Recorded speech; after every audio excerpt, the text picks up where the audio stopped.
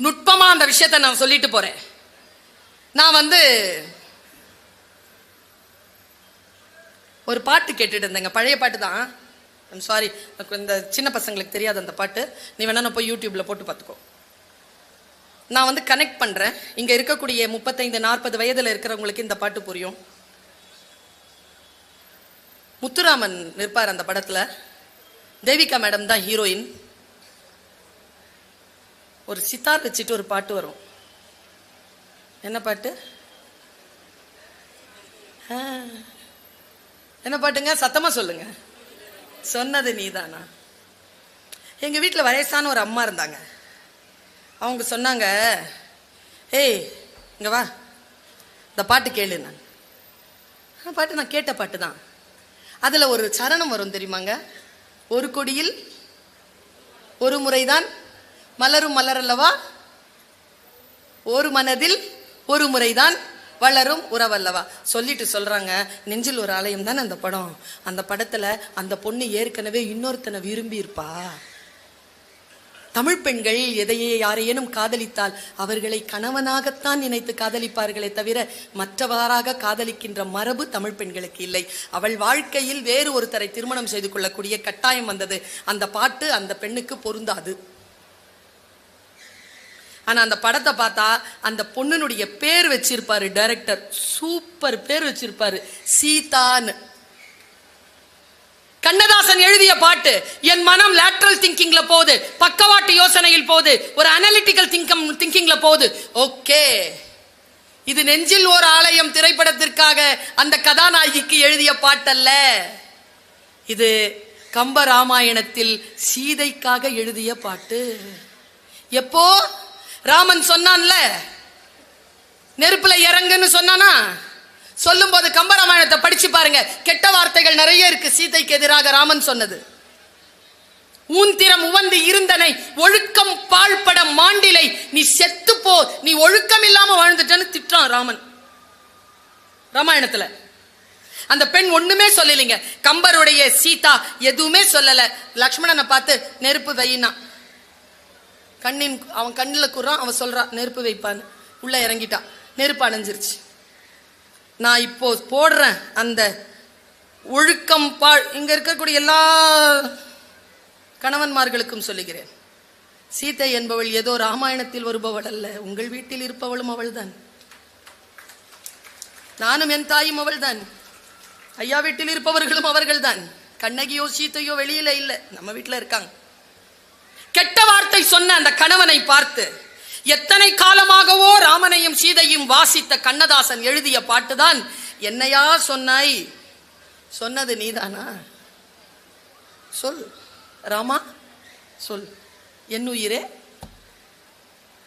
என்னை மறந்தாயா, ஏன் ஏன் ஏன் என் உயிரே, மங்கள மாலை குங்குமம் யாவும் தந்ததெல்லாம் நீதானே, மணமகளை திருமகளாய் நினைத்ததெல்லாம் நீதானே, உன் மனதில் என் மனதை இணைத்ததும் நீதானே, இறுதி வரை துணை இருப்பேன் என்றதும் நீதானே, இன்று சொன்னது நீதானா.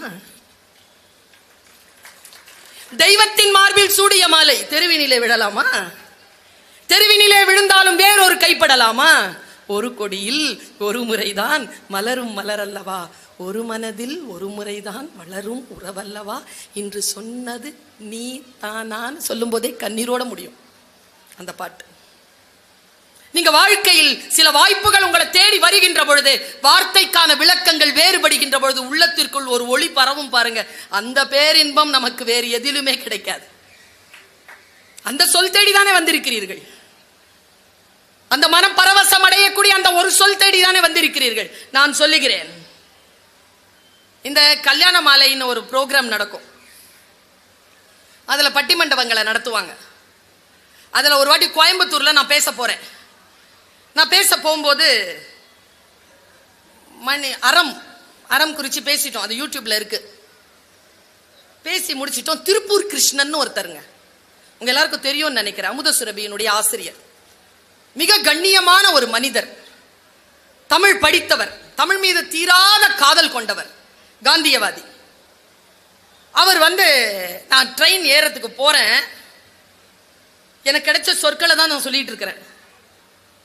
நான் பேச்சாளரா இருக்கிறது படிச்சுட்டு மட்டும் இல்லைங்க. அப்சர்வேஷன் இருக்குல்ல, லேர்னிங் இருக்குல்ல, அதெல்லாம் தான் என் பேச்சு. நான் மேடைக்கு வருகிறேன், மேடையிலிருந்து இல்லம் திரும்புகிறேன். இல்லம் திரும்புவதற்கு முன்னால் நான் ட்ரெயின் ஏறி ஆகணும். நாம தான் இந்த வேஷம் கிஷம் கட்டிக்கிட்டு பேசுறோம்ல, பெண்களுக்கு அது ஒரு தலையெழுத்து. ஆண்களுக்கு ஒரு பிரச்சனை கிடையாது. நாங்கெல்லாம் சாதாரணமாக வரவே முடியாது மேடைக்கு. எப்போ மாறுமோ அந்த நிலை. ஏங்க ஒரு பரிசில் நீங்க கையில பேக்கெட்டா தூக்கிட்டு வர வேண்டியதா இருக்கு. உங்களுக்கு பாருங்க 4-5 பை ட்ரெஸ்லயே. என்னைக்கா யோசிச்சதுண்டா பெண்களை? இந்த கையில ஒன்ன பச்சை பிள்ளைய கையில தூக்குற மாதிரி காவிக்கிட்டே சுத்தணும். பாருங்க அந்த அம்மா கை அப்படியே பிள்ளைய வச்சிருக்கிற மாதிரியே வச்சிருக்கு. அவர் பாருங்க ஜாலியா இருக்கிறார். எல்லாம் பர்ஸு, 5 பர்ஸ்ல வச்சிருக்கு. நானும் ஒரு நாள் புடவையில தைச்சிக்கலான்னு தான் பார்த்தேன் மேடம். ஒரு நாள் பர்சு ஒரு இடத்துல இருக்கு, இன்னொரு நாள் பர்சு இன்னொரு இடத்துல இருக்கு. நம்ம பெண்களுடைய மெட்டபாலிசம் அப்படி. என்ன பண்றது? கார்போஹைட்ரேட் சாப்பிட்ற சமூகம். அவ்வளோ வேலை வாங்குறீங்க, ஆரோக்கியமா இருக்க முடியுதா? ஒவ்வொரு நாள் பிளவுஸ் மாட்டும் போதும் பிபி மிஷின் மாற்ற மாதிரியே இருக்கு. புரிந்தவர்கள் கைத்தட்டுகிறார்கள், சிரிக்கிறார்கள். சரியா? எனக்கு புரியல. நேரா போய் ட்ரெஸ் சேஞ்ச் பண்ணிட்டு உடனே ட்ரெயினுக்கு ஓடணும். அவர் ஒன்றும் இல்லை, ஒரு ஜிப்பா ஒரு ஜோல்னா பை. அப்படியே என்ன பாரு இன்னும் வரலன்னு. இருங்கய்யா மாத்திட்டு வரணும்ல. 10 ட்ரெயின். நாங்கள் வெளியில வரும்போது 9:45 கிட்ட போயிட்டோம். 10 மணி மேலே ஏறி போகணும், 3வது பிளாட்ஃபார்ம். 5 நிமிஷம் அதில் ஆயிடுச்சு. 5 நிமிஷம் தான் இருக்கு, ட்ரெயின் நிற்குது. நம்ம மோகன் சார் கையில இட்லி வச்சுட்டு நிற்கிறார், நைட்டில் போகிறதுக்கு சாப்பிட்றதுக்கு. அதை வாங்கிட்டு வேகமாக நடக்கிறேன். கிருஷ்ணன் சார் ஆரம்பிச்சார். பர்வீன் என்ன ஓடுற? B3 அங்கே இருக்குது, 11 கோச் தாண்டணும், 5 நிமிஷம் தான் இருக்கு. சார் என்ன சார்? இரு, ஒரு கேள்வி கேட்குறேன், பதில் சொல்றியா? எப்ப சார்? நீங்கெல்லாம் டைரக்டா எஃப்ஐஆர்லாம் போட்டுடலாம், டீச்சர்ஸ் ஒன்றும் செய்ய முடியாது. அனுபவிக்கணும். நாங்கெல்லாம் ஒன்றும் இல்லைங்க. காலையில் 7 மணிக்கு ஃபோன் வருங்க. அப்போதான் கரெக்டா கலேபரமா அம்மன் மாதிரி 12 கையோட காலேஜுக்கு புறப்பட்டு இருக்கும் போது ஃபோன் வரும். பர்வீன் சுல்தானா மேடம்? ஆமாங்க. நான் யாருன்னு பேசுறேன், கண்டுபிடிங்க பாப்போம்.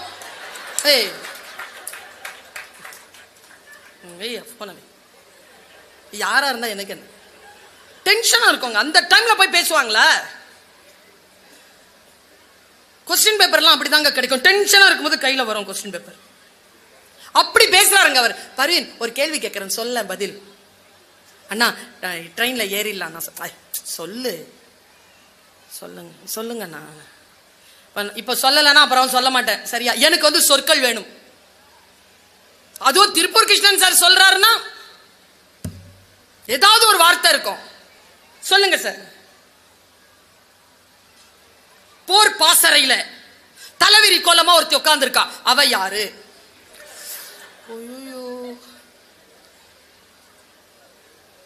3 கோச் தான் தாண்டி இருக்க. 4 நிமிஷம் போயிடுச்சு. 1.5 நிமிஷத்துல நான் ஏறினா போயிடும். வேகமா நடந்துட்டு இருக்கேன். புத்தி வேலை செஞ்சா எப்படிங்க வேகமா நடக்க முடியும்? நான் திரும்பி சொன்னேன், திரௌபதி நல்ல குழந்தை, குட் ஆன்சர், எஸ் திரௌபதி. அவ உட்கார்ந்து இருக்காளா? அப்போ ஒரு விஷயம் நடக்குது. 60 செகண்ட் இருக்கு. இவ்வளோ கலேபரத்துல அவர் மெதுவான வார்த்தையில சொன்னதை நான் இவ்வளோ ட்ராமடைஸ்டா ஆர்ப்பாட்டமா உங்க முன்னால் சொல்லிட்டு இருக்கிறேன். எனக்கு லேர்னிங் நடந்த இடம் அது.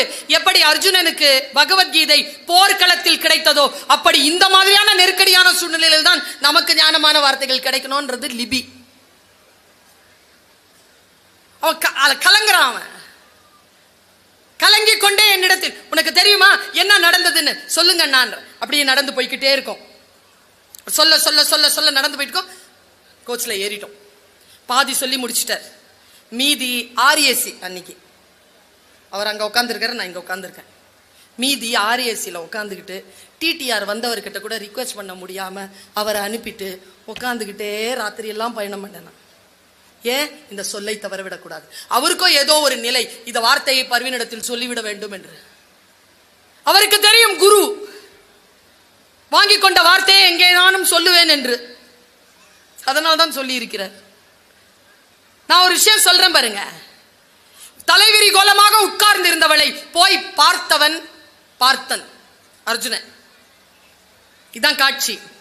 உள்ள நுழைறான், அவ உட்கார்ந்திருக்கா. உங்கள் வீட்டிற்கு நீங்கள் செல்லுகின்ற பொழுது 2 அருமையான சொற்களை சொல் ஒக்கும் கடிய வேக சுடு சரத்தை கொண்டு போவீர்கள். இப்பொழுது எனக்கு 2 வார்த்தை கிடைச்சது, அதுல இருந்து அதை உங்களிடத்தில் கடத்தி விட்டு போகிறேன். உள்ள நுழைகிற அர்ஜுனன், திரௌபதி நல்லா இருக்கிறியாமா? நான் நல்லா இருக்கிறேன். நீங்க எப்படி இருக்கிறீங்க? நான் நல்லா இருக்கிறேம்மா. ஏதோ உன்னை பார்க்கணும்னு தோணுச்சு, அதான் வந்தேன். கர்ணனை இன்னும் நீங்க கொல்லலையே, நாளைக்கு கொன்று விடுகிறேன் திரௌபதி. அவனை கொல்வதற்கு முன்னால் உன்னை பார்த்து விட்டு போகத்தான் வந்தேன். இப்படி பேசிக்கிட்டே இருக்கும்போது தர்மர் உள்ள வந்துட்டாராம். தர்மனுக்கு தெரியாது இவன் உள்ள இருக்கிறான். போர் பாசறையில் அவ தனியா இருப்பான்னு நினைச்சிட்டு வந்துட்டார். உள்ள வந்த உடனே அவருக்கு ஒரு மாதிரி ஆயிட்டார்.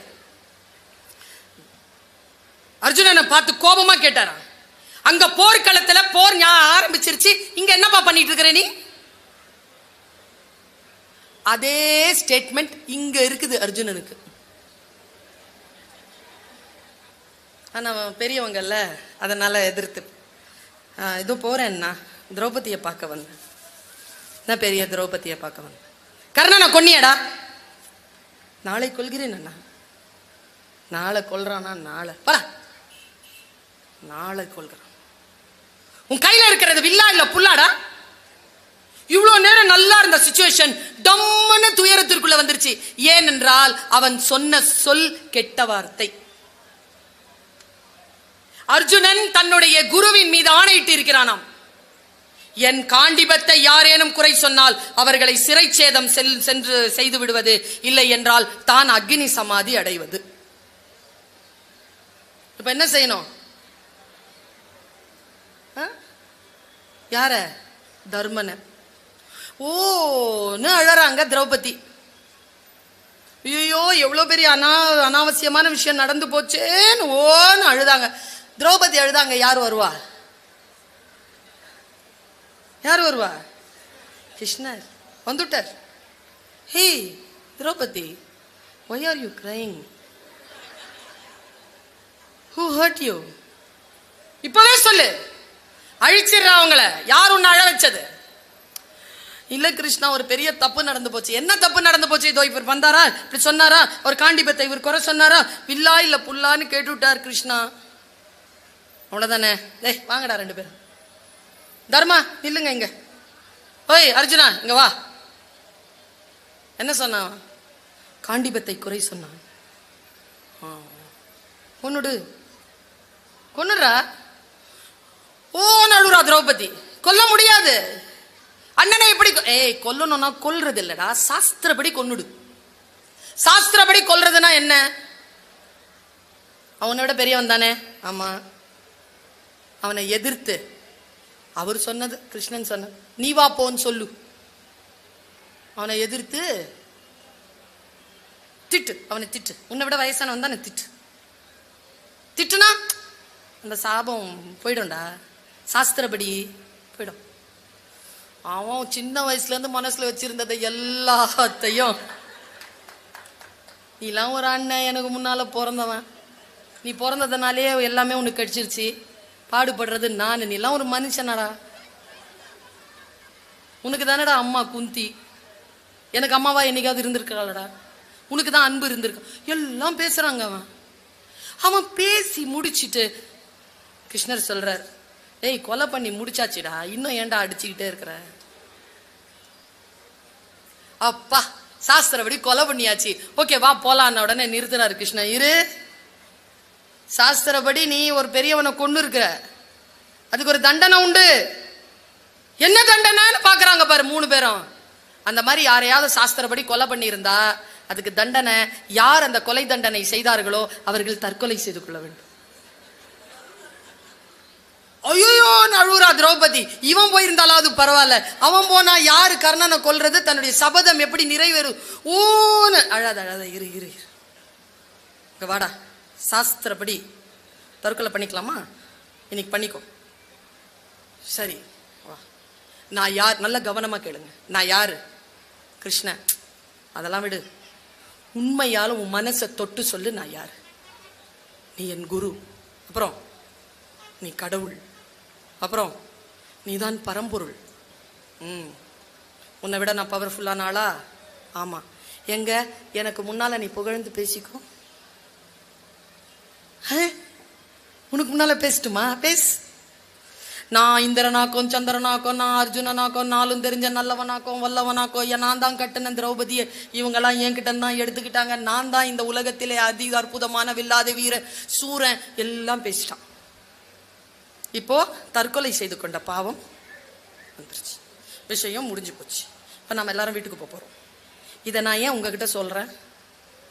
எனக்கு மகாபாரதம் சொல்லணும்னு ஆசையா? எனக்கு மகாபாரதம் நடந்ததா இல்லையா, அந்த புராணங்களின் மீதான கருத்துக்கள் அதெல்லாம் எந்த இன்ட்ரெஸ்டும் கிடையாது. உண்மையான காரணத்தை நான் சொல்லுகிறேன். இந்த கதையின் மூலமாக உண்மையாக மக்களுக்கு வழிகாட்டக்கூடிய 2 அறங்கள் என் கைக்கு வந்து சேர்ந்தது. ஒன்று, உன்னை விட பெரியவர்களை அவமரியாதை செய்வது அவர்களை கொலை செய்வதற்கு சமம். நம்மை விட மிக பவர்ஃபுல்லான ஆட்களுக்கு முன்னால் நாம் நம்மையே தற்புகழ்ச்சி செய்து கொள்வது தற்கொலை செய்து கொள்வதற்கு சமம் என்கின்ற 2 அறச்சொற்கள் என்னை வந்து சேர்கிறது. நான் எப்படி என்னை பாதுகாத்துக் கொள்ள வேண்டும் என்று இந்த அற்புதமான வாழ்க்கை எனக்கு சொல்லித் தருகிறது. நான் இப்படி சொல்கிறேன், நம்முடைய வாழ்க்கை நமக்கு வாய்ப்புகளைத்தான் தரும், வெற்றிகளை தராது. அதை வாய்ப்புகளை வெற்றிகளாக மாற்றிக்கொள்வது, அந்த விஷயத்தை நாம் எப்படி புரிந்து கொள்கிறோம் என்பது. நிறைய பேருக்கு வீட்டில் மனைவி இருக்காங்கல்ல, அம்மா இருக்காங்கல்ல, அவங்களாம் எப்படி தெரியுமா? ஃபேன் மாதிரி. ஓடிட்டு இருக்கிற வரைக்கும் தெரியாது, நின்று போச்சுன்னா தெரியும் அவங்க இல்லைன்னு. சுவிட்ச் ஆஃப் பண்றதுக்கு முன்னால பெருமதியை புரிந்து கொள்ளுங்கள். இது இல்லை என்றால் நம் வாழ்க்கையில் சில விஷயம், நான் பல இடங்கள்ல சொல்லியிருக்கேங்க, சில விஷயங்கள் நமக்கு புரிவதே இல்லை. முக்கியமாக குழந்தைகளுக்கு புரிவதே இல்லை. புரிகின்ற வயது வருகின்ற பொழுது எல்லா அனுபவங்களும் கடந்து போகின்றன. அந்த ஞானத்தால் ஒரு பிரயோஜனமும் இல்லை. கண்ணதாசன் தான் சொல்வார், முத்தம் என்றும் மோகம் என்றும் சத்தமிட்டு சத்தமிட்டு புத்தி கெட்டு போனதொரு காலம், இங்கு ரத்தமற்று போன பின்பு ஞானம். ரத்தமற்று போனதற்கு பின்னால் இல்லை, ரத்தம் சூடாக இருக்கின்ற பொழுதே இந்த ஞானங்களை பெற்றுக்கொள்வது. நீங்க இப்ப சந்திச்சிருப்பீங்கல்ல ஒரு மிகப்பெரிய செய்தி, வயநாடு சரிஞ்சுதா? எல்லாருமே இந்த ரீல்ஸ் பாக்குறவங்க உண்டு தானே? அதுல ஒரு காட்சி வந்தது, எல்லாருமே அதை பல லட்சம் பேர் பார்த்திருக்காங்க. நான் நினைவுபடுத்துகிறேன். ஒரு ஃபேமிலி வந்து கீழே இறங்காம மேல போச்சா, ஒரு கை குழந்தையோட. நான் அதை நினைவுபடுத்துறேன். தெரியாதவர்கள் தெரிந்து கொள்ளுங்கள், தெரிந்தவர்கள் நினைவுபடுத்திக் கொள்ளுங்கள். அந்த குடும்பம் மேல போகுதுங்க, மலை மேல. கீழே போனா இறந்துருவோன்ட்டு மலை மேல ஏறுது, மழை. அந்த அம்மா பேட்டி கொடுத்திருக்காங்க, அந்த ஒரு ஐயாவும் பேட்டி கொடுத்திருக்காரு. அதுல அந்த குழந்தை எடுத்துட்டு மேல போகும்போது மழை காடு, அந்த மலை காட்டுல மழையில உயிரை தக்க வைத்துக் கொள்வதற்காக அப்படி போய் நிற்கும் பொழுது நட்ட நடு நிசில யானை கூட்டம் வந்து சரௌண்ட் ஆயிருக்கு. அவங்கள சரௌண்ட் பண்ணிருச்சு, அது ரவுண்ட் அப் பண்ணிருச்சு. அந்த அந்த குடும்ப பெரியவங்க வேற என்ன செய்யல, அந்த சின்ன குழந்தைய எடுத்து அந்த யானைக்கு முன்னால நீட்டி, இந்த தலைமுறையை காப்பாத்துறதுக்காக நான் கீழே இறங்காம மேல வந்துட்டேன். இது உன்னுடைய நாடு, இது உன்னுடைய காடு, நீதான் கஜராஜன், எங்களுக்கு பாதுகாப்பு கொடுக்கணும். நம்ப முடியுதா? விலங்கு அப்படி கொடுத்த அந்த குழந்தைய பார்த்துச்சாங்க அந்த யானை. அந்த அம்மா கண்ணீரோட பேட்டி கொடுக்குது. இந்த யானையை அந்த பார்த்துட்டு அந்த மழை பொழியிற அந்த இரவு முழுக்க அந்த குடும்பத்தை அப்படி நின்று, அவங்க கீழே மழையில நனையாம ராத்திரி முழுக்க நின்று இருக்குங்க அந்த யானை. சூரிய உதயத்தில் மழை நின்றதற்கு பிறகு அந்த யானை நகர தொடங்கும் பொழுது திரும்பி ஒரு பார்வை பார்த்துச்சான். அந்த அம்மா சொல்லுது, அந்த யானையின் கண்களில் நான் கண்ணீரை பார்த்தேன். வாழ்க்கை எவ்வளவு அழகானது! எவ்வளவு அன்பானது. எங்க நம்ம மிஸ் பண்ணிட்டு இருக்கோம்? என்னுடைய வாழ்க்கையில நான் நான் சார்ந்திருக்கக்கூடிய மதம் வேறாக இருந்தாலும் இந்த நாட்டின் விழுமியங்களின் மீது எனக்கு மாறாத மரியாதை உண்டு, பற்று உண்டு. எனக்கு இந்த பண்பாட்டின் மீது எனக்கு மிகுந்த பற்று உண்டு. நான் உள்ள நுழையும் போதே சொன்னேன், இந்த நாட்டுல எவ்வளவு மாவட்டங்கள் வேணாலும் இருக்கலாம், நல்லதோ கெட்டதோ நான் பேச வரல. மதுரை மாதிரியான ஒரு பண்பாட்டுடைய ஒரு பகுதியை நீங்க இந்த தமிழ்நாட்டில் வேற எங்கேயுமே பார்க்க முடியாதுங்க. அமேசிங்க, அமேசிங். என்ன கலர்ஃபுல்லான ஒரு விஷயம் தெரியுமா அது? நீங்கள் இருப்பதனால் அது மதுரை, நீங்க போயிட்டீங்கன்னா இது மதுரை இல்ல. உங்களால் தான் இது மதுரை, மனிதர்களால் தான் இது மதுரையாக இருக்கிறது. என்ன கல்ச்சரா இருக்கிறீங்க நீங்க, என்ன பேரன்பும் பெருங்கருணையோடும் இருக்கிறீர்கள். அந்த பழங்குடி தன்மையை இன்னும் மிச்சம் வைத்துக் கொண்டு இருக்கிறீர்களே. தமிழ்நாட்டிலே மிகச்சிறந்த பகுதியில் நீங்கள் இருப்பதனால் சொல்லுகிறேன். எனக்கு அம்மன் மீது ரொம்ப ஆர்வம் உண்டு. மீனாட்சி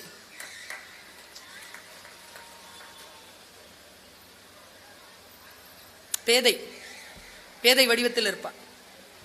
இன்னொருத்தி இருக்கிறார், அதுவும் அம்மன் வடிவம் தான், ஆதிபராசக்தி. எங்க அம்மா எப்பவுமே சீரியல் பார்க்காதவங்க சீரியல் பார்த்துருந்தாங்க. ஒரு நாள் நான் வீட்டுக்குள்ள நுழைகிறேன், இரு இரு அப்படிங்கிறாங்க. பசிக்குதுமான்னு கேட்குறேன், இரு பார்த்துட்டு இருக்காங்க.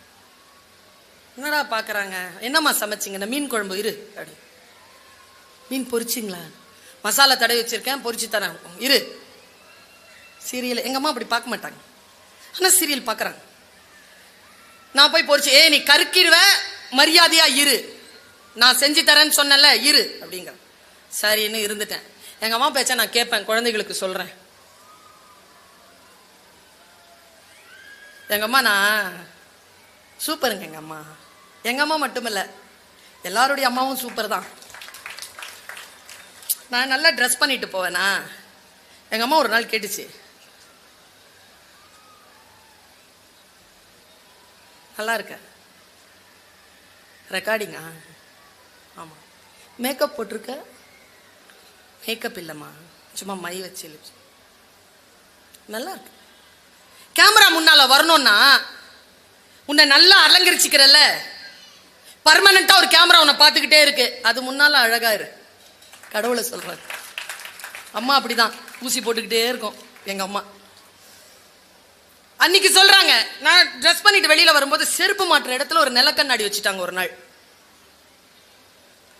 நீ வெளியில் போகிறாய், வெளியில் உன்னை யார் எப்படி பார்ப்பார்கள் என்பதனை முதலில் நீ உன்னை முழுமையாக பார்த்து விட்டு செருப்பு போடு.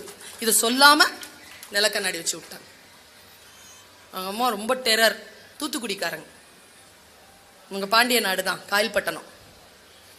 உட்காந்து கேட்டுட்டு இருக்கிறாங்க. ரொம்ப ரிலீஜியஸான ஆளு, ஆனா அங்க போயிட்டு இருக்கிறது ஒரு புராண கதை. புராண கதையெல்லாம் பார்க்க மாட்டாங்க எங்க அம்மா, ஆனா அன்னைக்கு பாக்குறாங்க. ஒருத்தன் அப்படி தவம் செஞ்சிட்டு இருக்கிறான், அவன் பேர் துர்கா மாசூர். ஐயோ, அரக்கனா இப்படி அழகா இருக்கிறான்னு பார்த்தேன் நான். அது ஹிந்தி, தமிழ் டப் பண்ணிருக்கு. காளி அப்படின்னா காளி வந்துட்டா. காளி அவ்வளோ அழகா இருக்கா, முடியும் அவ்வளோ அழகா இருக்கா, ஆனா கருப்பா இருக்கு. கருப்பா இருந்தாலும் அவ்வளோ அழகா இருக்கு. நாளை எனக்கும் இதான் மேட்டரா. ஆனா இதை சொல்லிடுறதுக்கு முன்னால சொல்லிடுறேன், நான் சாப்பிடல அன்னைக்கு, ட்ரெஸ் கூட சேஞ்ச் பண்ணல. என்னுடைய சோஃபால அப்படியே படுத்தவ தான். மனசு அவ்வளோ காயமாயிடுச்சு எனக்கு அதை பார்த்து. நான் அதை கடத்திட்டு போயிடுறேன். நான் மறுபடியும் இறைவனை பிரார்த்திக்கிறேன், நல்ல சொற்களை, நீங்கள் புரிந்து கொள்ளக்கூடிய சொற்களை இந்த காட்சியிலிருந்து இறைவன் என் வாயிலிருந்து தந்துடணும். ஆனால் ஒரு வாக்கு கொடுக்கணும் ஆண்கள். நான் இப்போ ஒரு விஷயம் சொல்ல போறேன், அதை இங்கே மறந்துடணும். நீ சொல்ல அப்படிங்கிறாரு. பெண்கள் இருக்கீங்கல்ல, சாவுற வரைக்கும் மறக்கக்கூடாது, சரியா? அவங்க மறந்துடணும் இன்னைக்கே, இப்பவே பாருங்க. காளி அப்படின்னு காளி வரா. காளி கிட்ட சொல்ற, நாளைக்கு எனக்கும் ஆதிபராசக்திக்கும் போர், ஆதிபராசக்தியை நான் கொல்ல வேண்டும், எனக்கு ஆயுதம் தான். காளி சொல்ற, ஒரு ஆயுதமும் கிடையாது, ஆதிபராசக்தி எல்லாம் கொல்ல முடியாது, போடா அன்ட்டு போயிடுச்சு. அது கையை அறுத்து போடுறான். காளி மறுபடியும் வரா, ஏன்பா இப்படி பண்ற, என் பக்தன், நீ எல்லாம் அறுத்து போடக்கூடாது, என் தவ வலிமை குறையும். நீ இப்ப காளியா நீ நிக்கிற, உன் சக்திக்கு நான் என்னை தவம் செய்து கொண்டிருக்கிறேன், ஆதிபராசக்தியை கொல்லுகின்ற ஆயுதம் உன்னிடத்தில் உண்டு என்று புராணம் சொல்லுகிறது. நீ எனக்கு சொல்லலைன்னா நான் கழுத்தறுத்துக்கு வேண்டாம். காளி நிக்கிறா. அந்த ரகசியத்தை சொன்னாள். ஆதிபராசக்திகள் தான் இந்த நாட்டில் இருக்கக்கூடிய எல்லா பெண்களும். அவளை கொல்லக்கூடிய அந்த மந்திரத்தை அந்த ஆண் அசுரனிடம் காளி தந்தாள். இதோ அந்த மந்திரத்தை உங்களுக்கும் இப்பொழுது அறிய தரப்போகிறேன். இன்றைக்கே நீங்கள் அதை மறந்து விடுங்கள்.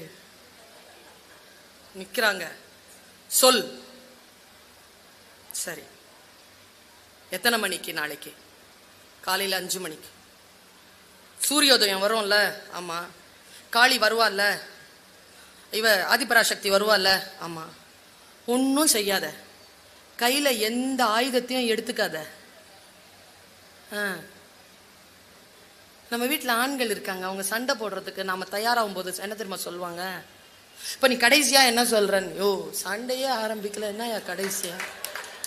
சண்டையே போட விட மாட்டாங்க. பத்தியா? பார்த்திருக்கீங்களா நீங்க? பா, அவங்கள மாதிரி பாலிடிக்ஸ் பெண்களுக்கு வராதுங்க. நம்ம குயோ முறையோன்னு சத்தம் போட்டு கேவலப்பட்டு போவோம். சைலண்டா இருந்து எல்லா வேலையும் செஞ்சுட்டு போயிருவாங்க. பா, பேசவே மாட்டாங்க. பார்த்திருக்கீங்களா? நாம பேசலன்னா அவங்க உயிரே போயிடும். நாம பேசிக்கிட்டே இருக்கணும், அவங்க பேச மாட்டாங்க. அப்படிதான். ஒத்த சொல் தான். ஊருக்கு போயிட்டு வராங்களே, இப்ப நான் ஊருக்கு போயிட்டு வரல, என் வீட்டில் எவ்வளவு கதையா சொல்வேன் தெரியுமா?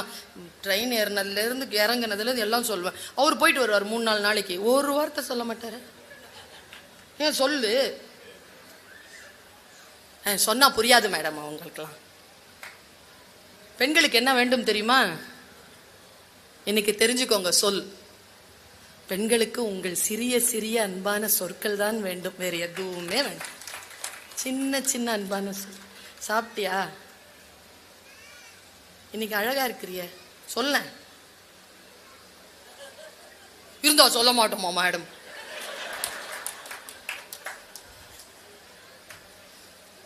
கோவம் வருங்க எனக்கு இந்த மாதிரியான விஷயங்கள் எல்லாம். எந்தையும் தாயும் மகிழ்ந்து குலாவி இருந்தது இந்நாடு. எங்க அம்மாவும் அப்பாவும் எவ்வளவு அன்பானவங்க தெரியுமா? இப்ப யோசிச்சு பாக்குறேன். நான் ரொம்ப அன்பா இருப்பாங்க எங்க அம்மா அப்பா. இன்னைக்கு எங்க வாழ்க்கையெல்லாம் நல்லா இருக்குன்னா எங்க அம்மா அப்பாவை பார்த்துதான் எங்க வாழ்க்கை நல்லா இருக்கு. நாங்கள் அப்படிப்பட்ட வாழ்க்கையை வாழக்கூடிய சூழ்நிலை உருவாக வேண்டும் என்பதற்காக சொல்லுகிறேன். அவ சொல்றா, காலையில் ஆதிபராசக்தி இறங்குவாள்ல, அப்ப ஒரு ஆயுதத்தையும் எடுக்காத. ஆயுதத்தை எடுக்கலன்னா அவ கொன்னுடுவாளே. நீ ஆயுதத்தையே எடுக்காம முன்னால போய் நில்ல. அவ ஒரு நிமிஷம் யோசிப்பா. அப்படி யோசிக்கும் போது